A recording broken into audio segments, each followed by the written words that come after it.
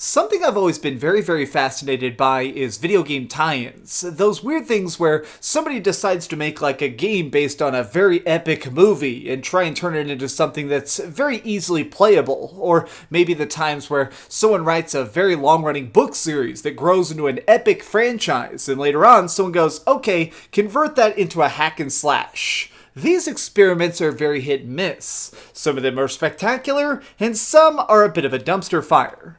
What's up gamers, DreamcastGuy here, and today I actually wanted to talk about the completely forgotten Game of Thrones video game. Yes, that's right, back in 2012, there was actually a full, official, crazy RPG based inside the universe of Game of Thrones. Now the reason I'm so inspired by this is because as I record this video, we're actually just a couple days from the grand finale of the TV show. It's about to end forever until eventually they probably make 15 spin-offs. But a lot of people are very unhappy with it, claiming that the series has gone tremendously downhill, blaming bad writing, bad acting, and just kind of the fact that they seem to be in a very big rush. So I want to try and rewind the clock and look at something that's, in my opinion, they should have done so easily and so good, which is a game. I mean, let's face facts, Game of Thrones is set in a spectacular universe with practically infinite potential. I mean, if we're just being serious here, without any spoilers, this is a universe that has dragons and zombies and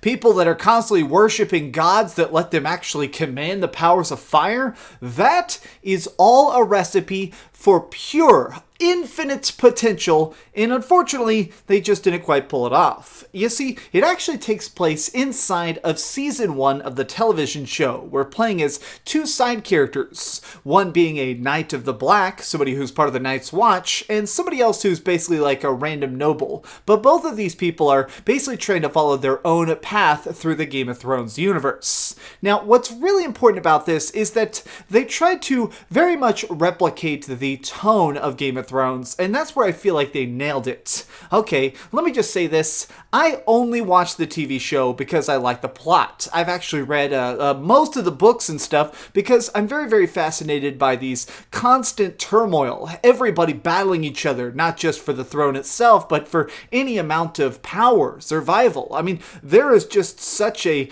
like really brutal hunger to every single action inside the show and inside the book, and surprisingly, the game absolutely nails that. It screws up everything else, but I feel like when it comes to just the story itself, the people within it are believable, and they seem to actually care about just trying to make it from day to day. The major issues arise when you actually get past the writing, though, and notice everything else around it. Now, there's no concrete evidence on what I'm about to say, but it seems as if everything about this game was made on a very short timeline. Now, the reason I say that is because the acting in this game is atrocious. Almost everybody sounds like they are actually reading the script for the first time directly into a microphone. People are actually watching like family members be burned in a big dramatic funeral, and instead of being completely torn apart emotionally and watching their worst fears become realized, they're like, oh no, as I watched the flames rise, I knew that this was the end of my house, and yet I knew that furthermore, each person will be undone.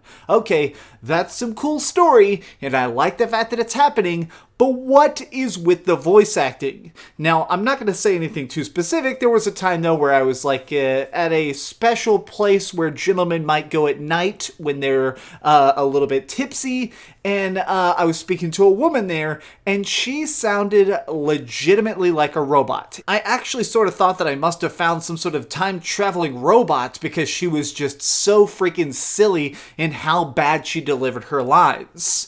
Now, this I'd be a little bit okay with, because I feel like the biggest thing when it comes to Game of Thrones is making a series of choices. The fact that you're trying to navigate your way through a world where people die every day, where mistakes are punished in the most grievous of ways. And in this, I actually think that Game of Thrones does do something cool, which is that there actually are branching paths, and if you screw up or you make the wrong people bad, it can be the end. An actual game over, depending on what you do and what you say. Side characters can be killed off instantaneously if your decisions don't go smoothly, and I like that. The biggest issue though with this is that it's really kind of hard to call it a game. In my opinion, what makes something truly special and what makes it obviously the most important aspect is being fun to play. This is part of the reason that I never could get into the Game of Thrones Telltale series, because these are just basically like interactive comic books. You're not really determining that much about it, and you're just sort of stuck on rails. You know that at the end of the day, your choices don't really matter. Well, Game of Thrones sort of has the issue when it comes to this game because, well, I think that the story is great and the choices and pivots are really smoothly done, but the gameplay itself is atrocious. It's supposed to be like a hack and slash RPG, but the major mechanic is that you get a chance to slow down time and actually determine each choice in battle, what you're going to do, how you're going to try and wound your opponents, and whether you'll just try and set them ablaze. But it's so easy to break, and here is why I actually do think that unfortunately this project was heavily rushed. It was created on a deadline, and I say that because it seems as if everything is so easy to break. Most of the enemies are so badly programmed that just by doing a simple sequence of commands, you can take down 99% of the enemies. I mean, usually you can just stun them, chop them up, burn them before they can recover. That's it. A, B, C. Every fight, it doesn't matter if it's a guardsman, it doesn't matter if it's a monster, it doesn't matter if you're actually one of the characters up north or somebody down south. If you are in a fight, it's typically just A, B, C, move on. And that, in my opinion, is the biggest detriment to it. I feel like if you're making a game like this, it should control like something like For Honor, or something that has almost a simulation aspect to it. I mean, seriously, let's face facts here. Part of the reason that people got so enamored with the idea of Game of Thrones originally, especially the television show, is that it seems so realistic. Fights are not glamorous, there's not crazy choreography, it's just basically people trying to hack each other up as quickly as they can to make it to tomorrow. And I do think that they should have probably tried to keep a certain amount of this realistic grit in the combat itself, whereas this is just so rudimentary and so basic you can't get into it. I really wish that they'd tried to maybe replicate something from maybe Kingdoms of Armalor. Just make something that feels more visceral and less distanced. Now the gameplay itself is of course very bad, but I actually think that the biggest reason that this has been completely forgotten, and possibly the reason you've never even heard of this, is because this game was so freaking glitchy. Just during a playthrough of it, I think I walked through about 16 different doors.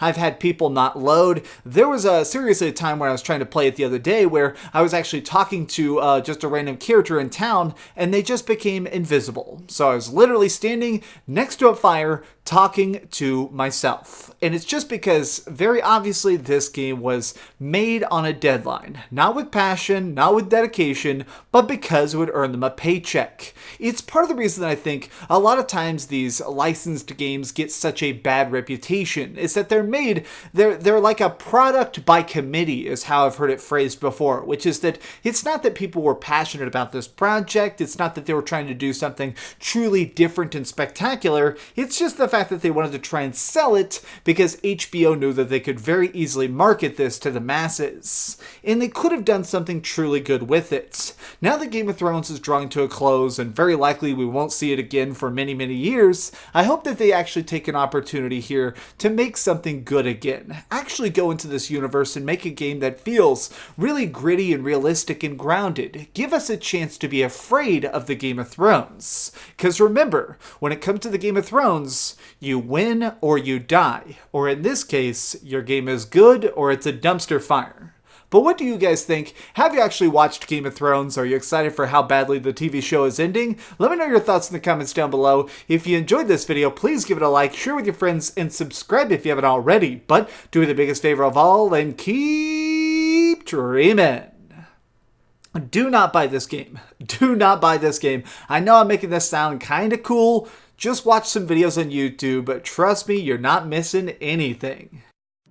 Thanks so much for watching that video. If you want to see something else, you can always click this link to see what I put up last, or, subscribe and see what's coming up next. Also, I promise that whatever I do, it'll try not to suck.